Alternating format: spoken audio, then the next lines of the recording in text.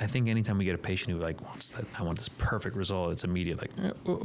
That word, let's talk about that word, because unfortunately that's not achievable. But that's the beauty in individuals and themselves, because I think there's beauty in imperfection. That's why I find everybody that we see beautiful in their own right. And it's our obligation to help them achieve whatever they're looking for. Welcome to HKB Uncut, the health, knowledge, and beauty podcast. On this show, we unpack the newest techniques and trends in cosmetic surgery, how to tune out the social media noise to make empowered decisions about your appearance, and what you need to know before you book a procedure. I'm Dr. Bill Kortesis. And I'm Bharti. We are board-certified plastic surgeons and co-founders of HKB Cosmetic Surgery, an award-winning practice with 11 locations across 6 states. In other words, when it comes to aesthetics and cosmetic surgery, we've pretty much seen it all, and we want to share our knowledge and unique approach to aesthetics and beauty with you. Whether you're interested in cosmetic surgery for yourself or want to separate fact from fiction in the plastic surgery world, we hope you'll tune in each week. Hey everybody, it's Bharti. Bill Kortesis.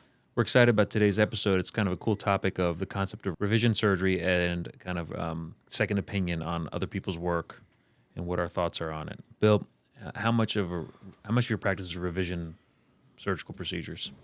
I would say at least 20 to 30% of what I do is secondary or tertiary surgeries. So explain to patients what that means. So what does a revision work mean? What does secondary, tertiary mean? Does that always mean that something went wrong?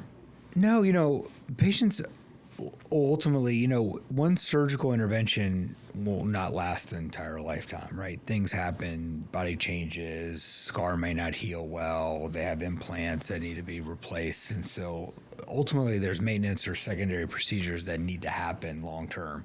And so they come to us for these procedures, right? I may not have done the first surgery, you may not have done the first surgery, but they come to us for their second and third procedures that they're doing. So it's very common.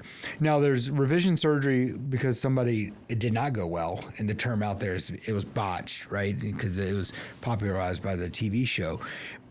And those happen as well, but sometimes they just happen because, taste change, your body changes, the device doesn't last as long, so you ultimately need some work done. So yeah, we do a lot of that, so it's a big part of our practice. What do you do when a patient asks you, did this doctor mess up? I never try to incriminate another surgeon unless something was egregious and that you could tell it was egregious and done completely wrong. I wasn't there at the time of the initial consultation. I don't know what was discussed, what was talked about. I don't know what that person's anatomy was. Even if they show us pictures of what they ultimately look like at that point, I'm not there. I can only help them at this point in time. And, I like to look in the good in people and say, they probably had the best motives at the time when doing that surgical intervention. And things sometimes just don't go 100% as planned. And so for me, I'm not like, I don't point fingers and say that's awful and this was done completely wrong. I just like to look at the good in people and take care of them at the level they're at today. So what's your recommendation when a patient has an outcome that they're not happy with? They come to you for a second opinion. What's the first things that you tell them, and how do you help them? I think number one, the first thing I ask them is, did you have this discussion with your surgeon? Right. Oftentimes they didn't. I'm shocked to find out that they're too scared to have that discussion. Mm-hmm. And the first thing I say to patients that come to me that may not be entirely happy with what we've done, I'm like, thank you for having the courage to talk to me. Because a lot of times they're scared about having that conversation. Just because I think the surgery went well and it looks great might not be exactly what they were looking for, right? And so I think first and foremost, have that honest discussion with your surgeon. They might not even be aware. They might be clueless as to the fact that you're not happy with that. Oftentimes, and a vast majority of times, that surgeon or that provider will do anything to take care of you and make sure that it's okay. So without a doubt, have that discussion first. And then I don't think it's bad to go seek out another opinion, right? I'm always in the camp of, even when patients come to see me for a consultation, I'm like, hey, have you seen anybody else? Are you going to go see anybody else? Have I said anything differently than what another provider has talked to you about? And if so, I'm happy to kind of tell you why I'm thinking the way I'm thinking. And if you go to another place and they tell you something different and you want to come back and chat with us, by all means do it. I think the more transparent and open we are and authentic we are with our patients, the better it's ultimately going to be. I mean, do you think any differently, or do you have any other, differences of? No, I think one of the things that we're spoiled at our organization is that, if there's an issue into someone internally, there's a concern. Like, I always am like, let me have one of my partners look at you. And I'm not going to tell them anything about you. Let's just see what they think, get some input, and they can get an objective evaluation and have somebody who's trusted, that I trust also. And I think that can help a lot. I think loading the boat is what Joe Hunstead used to always say, and getting opinions, getting other specialists' opinions, especially when someone's unhappy or something's going wrong. Every once in a while, things, like you say, don't go exactly as planned. And in those situations, we have to pounce on that issue if there's a problem or a concern.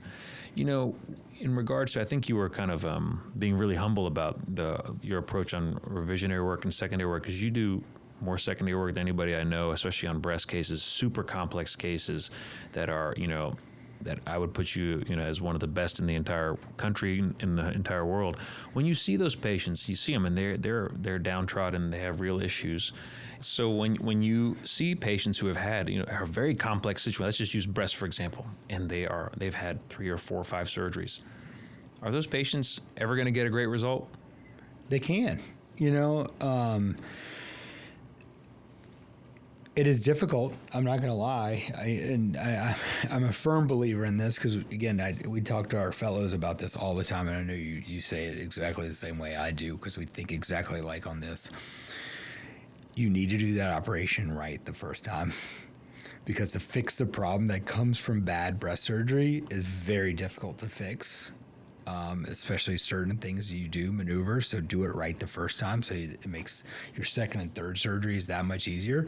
But yeah, you can do anything, right? I mean, it's pretty amazing right now with the technology we have, advances in implants, all the tools we have in regards to potentially fat grafting or off-the-shelf fat, different types of lift procedures that we can do. We can fix pretty much anything.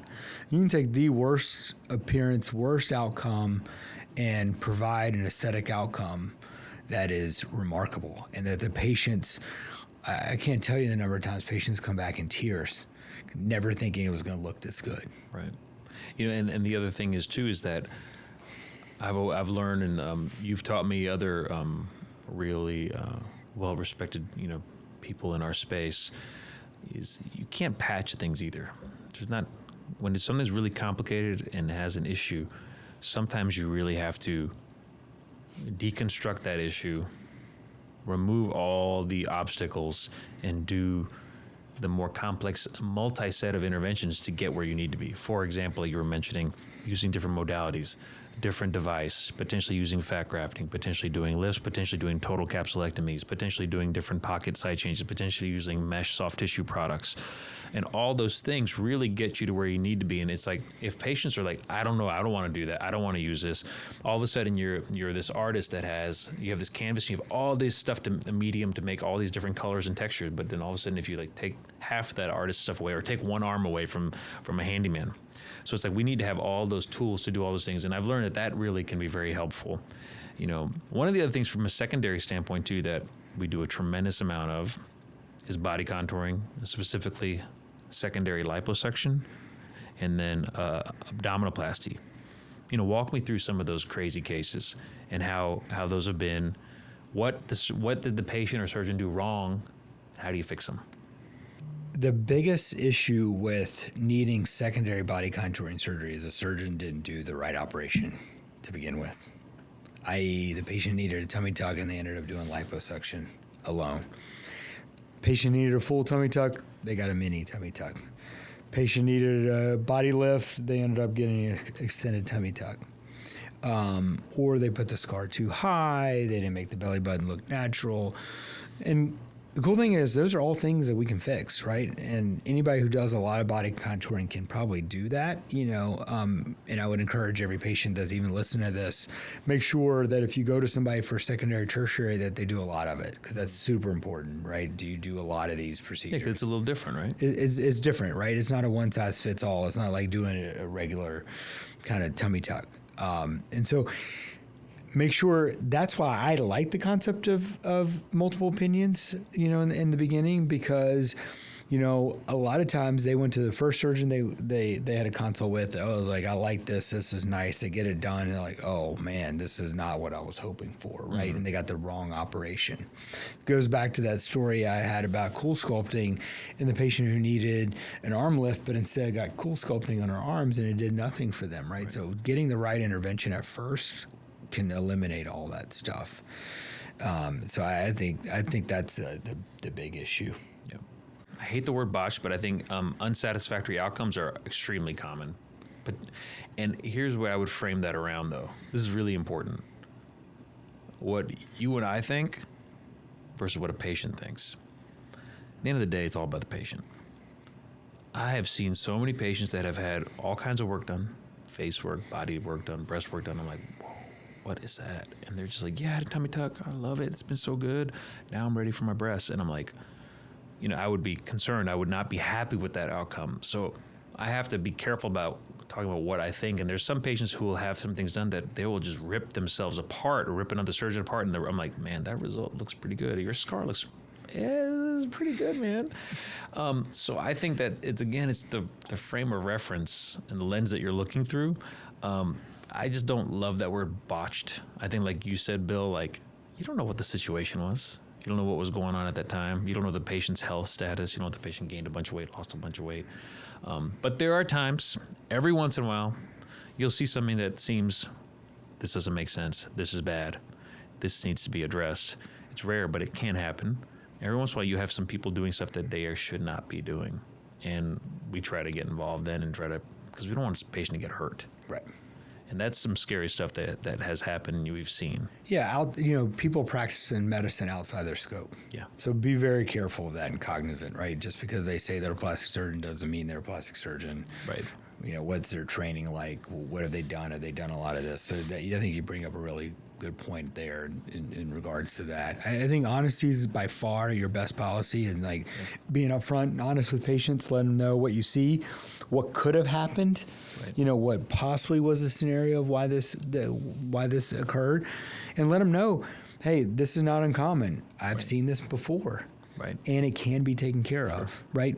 Complications do occur. Right. Complications don't mean malpractice, because that's the other common question So true. I always get is like, hey, can I sue the doc? Right.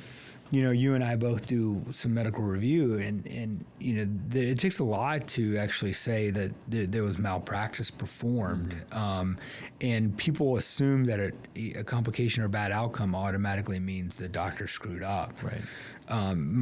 Bad things can happen even in the best of hands, and so that's why it goes back to go to a reputable place that they're going to take care of you when that bad thing does happen. Right. When something isn't how somebody wants or it doesn't go right, it can be very scary for patients. Yeah. You and I both know this. I mean, it's an emotional roller coaster.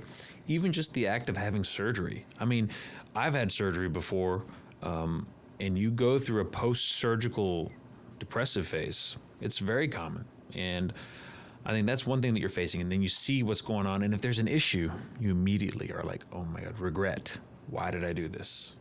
I shouldn't have done this. Maybe this wasn't the right doctor. I should have gone the other doctor that I went to. So part of it, I think, there's a phase of healing and recovery. Every once in a while you get somebody who's like a month, 2 months, 3 months out, and you're like, whoa, slow your roll. That's when we definitely are cautious about trying to get involved. Then we want to just support, say, hey, these things are normal. Have you talked to your, provider? Have you talked to the support staff? I guess what's your approach on it as it gets further along and you can see that there is an actual issue? What's the time frame too that you tell patients? I always approach everything with empathy. I try to put myself in their shoes and what they're going through, like you said, and let them know that I feel for them and I understand kind of what they're going through. and let them know that it might not be exactly what you want right now, but it can all be fixed. Be with us, be with your original surgeon. It can be taken care of. Right. So that kind of helps put them at ease. Right. I've rarely seen anything that we couldn't fix. Rarely would you say, oh, this is permanent and you're going to have to deal with this. Most of the time, things can be addressed and taken care of or improved upon, Yeah. right? I hate to use the word fix, but I was like improved upon, right? Then we level set expectations. And what does that look like?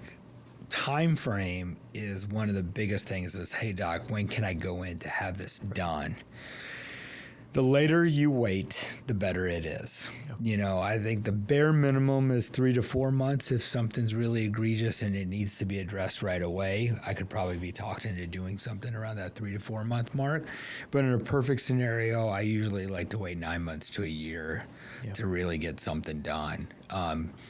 Because things change. Scarring improves, position of implants changes. All these things will adjust with time, and it's amazing how just letting things settle and relax can improve on its own. Yeah, and I'll give you a real life example that I'm dealing with now on a revision patient. It's a tough one, really bad, and one that my heart kind of goes out to, that had a procedure done, and did not turn out how it's supposed to. Very extraordinarily. It's a breast case, extraordinarily asymmetric. Some things done and some operative decisions made that not by me that really don't make sense. That are they don't make sense. And she really is in bad shape. Looks really bad psychologically and in a difficult place. Very kind person, reasonable. Has lost faith in the other provider and just doesn't want to go that direction. Wants to be operated on and it's very disfiguring and it's just one of those things where. This is really affecting this individual, and so I'm somewhat accelerating my time to intervene, but I'm making her wait though. Still, I'm making her wait for that 3 to 4 month period because I need that pocket to stabilize out the scar to soften. But it is hard to go because sometimes we're not like unemotional creatures. We care, and you really want to help somebody out, and if we can get, and I've had this clear explanation to her, I cannot make this perfect. I cannot. But I can absolutely improve it. And when patients understand that, you kind of level set their expectations. Hopefully you can exceed it, but at least meet it. And that's powerful. And I think that, that relationship, that's what drives us. It's what drives all of our team at all of our places and hopefully drives most of the set of providers is establishing that trust, building on that trust, helping someone who exposes themselves, to you from a standpoint of literally when you're doing breast surgery, you're exposing yourself, but emotionally exposed and helping them achieve and realize what they're going to do. But it's one of those things where every time we decide to embark on that relationship, it exposes us a little bit too. And so I think that's why we always try to be careful to identify what a patient wants, what they want to do. But every once in a while, a small thing that we do makes this huge change. And so that's why, we had talked on another episode about someone who's had 30 surgeries, would you operate on them? And it's it depends, what it is and what you can achieve for them. But it's tough. And this revisionary work can be really tough. But we both, and I think almost everybody we work with, we really enjoy the revisionary work, actually. We both find it challenging, and it's great to really help somebody out. Yeah. And then even for our patients, sometimes our own patient that we take care of, may not have gotten exactly what they wanted, or they're concerned about something. And every once in a while, we might be discordant where we may not see them directly, but at the end of the day, I think our patient's our biggest person. And so we actually will do things to where we, might need to tweak something, adjust something. But the patients that we take care of and revise of our own, sometimes, most of the time, end up being our biggest cheerleaders also. And so it's part of the things where we have a sense of responsibility towards those people. And I think most providers are like that. And I look at it as risk reward, right? If the risk is higher than reward on doing the revision, right, my answer to them is, hey, I don't think we should do this for this and this reason. 100%. But if the benefit is higher than the risk, by all means, I think it's okay, right? If we can improve upon it and with minimal risk, there's no harm in going down that road and doing the revision surgery. Yep. As you're waiting to have your revision surgery and, let's say your doc says you need to wait 3 to 6 months to have this done. There are other interventions that can be done. Mm-hmm. in the meantime, for body contouring, right? If it's irregularities, you can have some massage, lymphatic drainage stuff. So there's certain things that can be done, right? If it's a malposition of the breast, you can try some, other techniques to sort of try to fix that malposition. So you're not kind of left in the lurch going to fend for yourself during that time period before you have surgery. Most of the time, there are these minimal things you can do and small interventions along the way that can help. Yeah, and I would say that, one of the things that we do personally is just see our patients frequently. See them. If there's something really that's tough, sometimes just being there to lend a hand, be a therapist. It is important to be there and available to talk. If there's really a concern, every once in a while you need some outreach. You need to get their loved one and talk to them if there's really concerns about it. The other is to encourage them to immerse themselves back into life. Sometimes people get hyper focused on something. I know, I had a rhinoplasty in the past, and in the immediate period I saw swelling and an appearance and discomfort, and I was like, oh, this is not right. The result's not right. It's not right. There's an issue. And part of that is just because I knew too much, and everything was fine, but it's still hard during that period because you're vulnerable, not sure what's up. So I think that you have to sort of, encourage people to get back to their thing, be physically active, and move forward. Because every once in a while, someone might become so obsessed about it that it's adversely affecting them, and that's like a bad, feed forward negative loop that you have to get them out of. So I'd say communication and support. They need to hear it. And the other is to be honest, we have, as providers, have to counsel them about it before, hey, these are our goals. These are the risks. If there is an issue, this is kind of what we do, what would happen. And patients need to know that too. This, everything you do, there's always a risk, always. Most of the time that risk is minimal, but if there is an issue, it can be tended to. But like you said, sometimes there's a way to do it, because if you act too quickly or you do the wrong thing at the wrong time, you're going to actually have a worse outcome.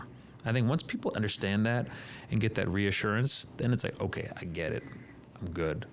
But lastly, you can do what you said. You can get a second opinion. You have to show you care, which again, any reputable provider is going to care. So you have to showcase that you care. And then let them know that you're on their team. You want to do what's best for them at that time when it's the right time to do it. Yeah. And unfortunately, sometimes it just takes time to get to that point. Yeah. And I would say the one thing I'd tell a patient, being it from the provider perspective, is trust and kindness. It's a bi-directional process, and so the more trust you can have with your provider, and the more that trust the provider has in you and the ability to communicate is very important. If I feel like that's compromised, I don't do well. I know you're the same. And every once in a while, I might even get your assistance in talking to a patient, or I might just tell the patient, I'm worried about our relationship here. We need to rebuild that trust. And this is one of the things where I just want to be on the same page. And that very rarely happens. But every once in a while, someone gets emotionally charged. You just got to be man, let's bring this down. Let's keep this relationship strong, because at the end of the day, relationships are very important.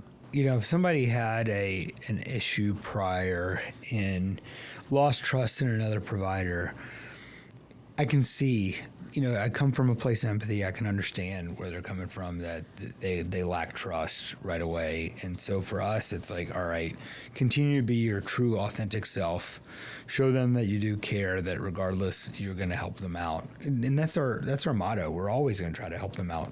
We're not doing this for a sale or to do a surgical procedure. We're there the reason we got into medicine to begin with is to help people. So we're in it to help them, and and for us, showing them that is half the battle. And just coming from a place of empathy, knowing, hey, I understand where you're coming from. Yeah. I'd be distrustful too. And I think the biggest is listening. You gotta get them to explain and talk, and to develop trust. And sometimes it's not immediate. That doesn't mean you see someone, you sign them up. It might need, they need to digest, understand, come back. And I think patients are different, and sometimes that trust is, earned immediately, and other times it's built over time. Or we actually were you know what, I know the perfect person who can help with this, and then bring them in. Every once in a while, I'll refer to to him or to one of our other amazing surgeons, because I think they'd be better suited for him. And every once in a while, there's a personality fit for others. And in addition to their specialty, sometimes personality is an important piece. You know, I think you brought up a really good point. Having patients come back for multiple visits and consultations, seeing the progress of things and letting them know, my plan hasn't changed. This is what I think we need to do. Or if they're unsure as to what to do, I never allow a patient to sign up for surgery if they're unsure of what they want to do. I always have them come back for a second or third consultation to make sure. I know you do the same way. It's like we have to make sure that this is what they want to do and that they have their expectations laid out for what they want. Yeah. And I think the other thing, too, is if you notice something's not right or if it doesn't seem right or you're not sure, I think let the provider or let your teams know, let everybody know, communicate. And same thing from a provider standpoint. If you're taking care of someone may not be right, you're like kind of maybe worried, and they don't notice, just tell them, like, hey, I'm not sure about this. I'm concerned about this. This might need to be tweaked. Sometimes when patients hear that, a lot of times they don't want to mess with stuff either. But like, it's important to just, I think our thing is like talk to a patient like we're talking to a colleague. It might be too much information, but it can be really valuable. Over communicate. Yep. You said it earlier. And let them know, because a lot of times you'll come in, you'll point out and say, hey, we need to watch this little spot right here. And they're like, Doc, I do not want to go back to surgery. Right. You're like, okay, there are other ways we can address this if need be. Right.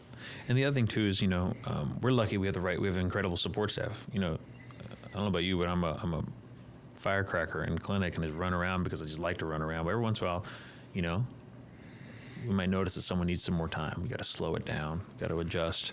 And so I would just remind patients that, if you don't understand something, you're worried about something, communicate and just express that and make sure it's known, because at the end of the day, people are good.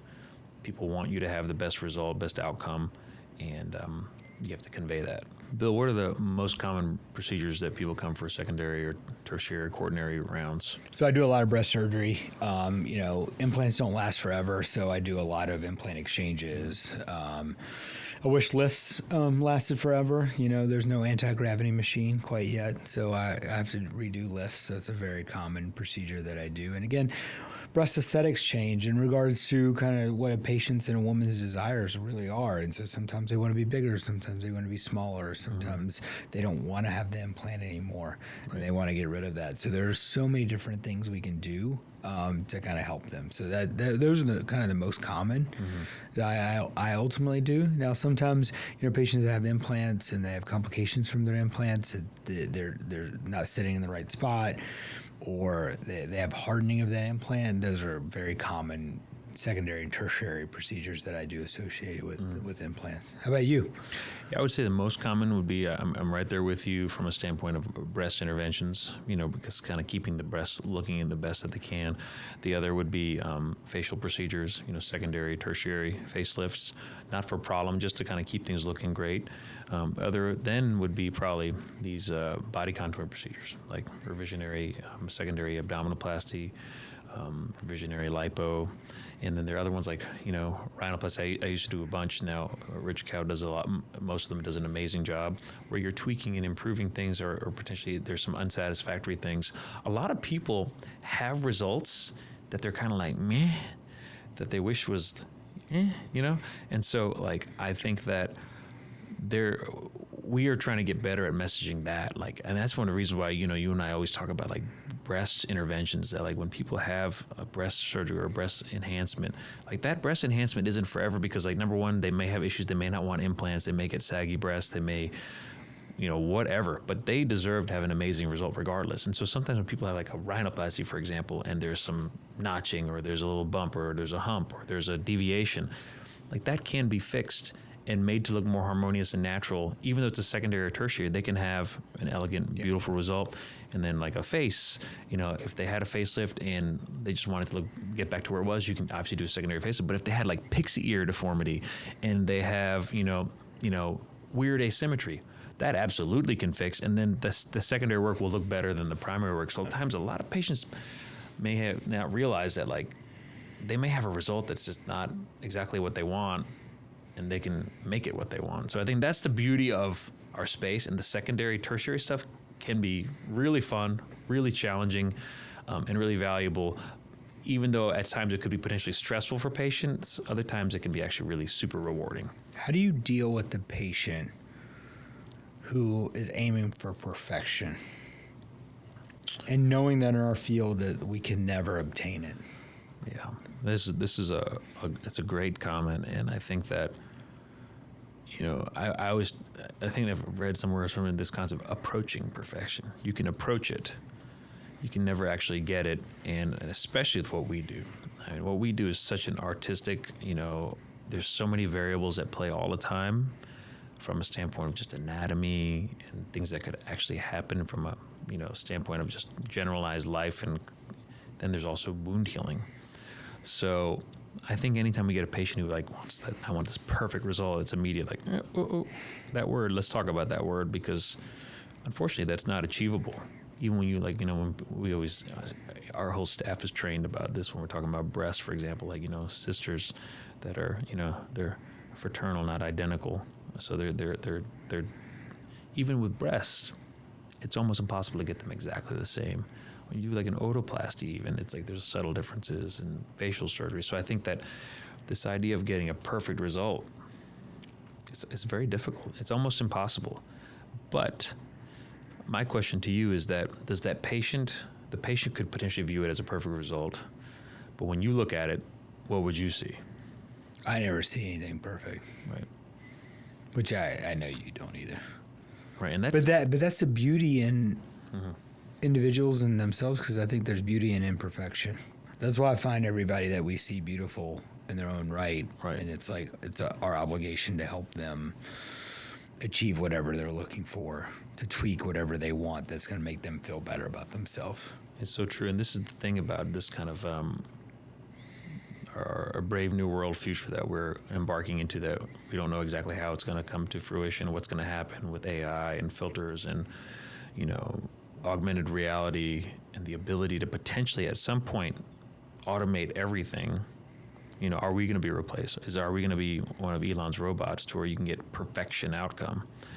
And are we going to then lose the uniqueness? The thing that actually, like you said, actually probably does actually make us beautiful, makes people beautiful. You know, when they do studies about people with perfect symmetry versus the asymmetry, usually you actually, I think, indirectly are drawn to the asymmetric beauty, forms. And it's a very interesting phenomenon. I think that we all need to kind of keep in the back of our heads. We really enjoyed this episode. Any comments or questions, please leave in the comment section of our YouTube channel, or send us questions or comments to our social media platforms. Tune in again next time. Thanks for listening. Thank you for listening to HKB Uncut. If you enjoyed this episode, please subscribe to us on Apple, Spotify, or YouTube. To book a surgery consultation or med spa appointment with our team, visit our website at hkbsurgery.com or head to the links in our show notes.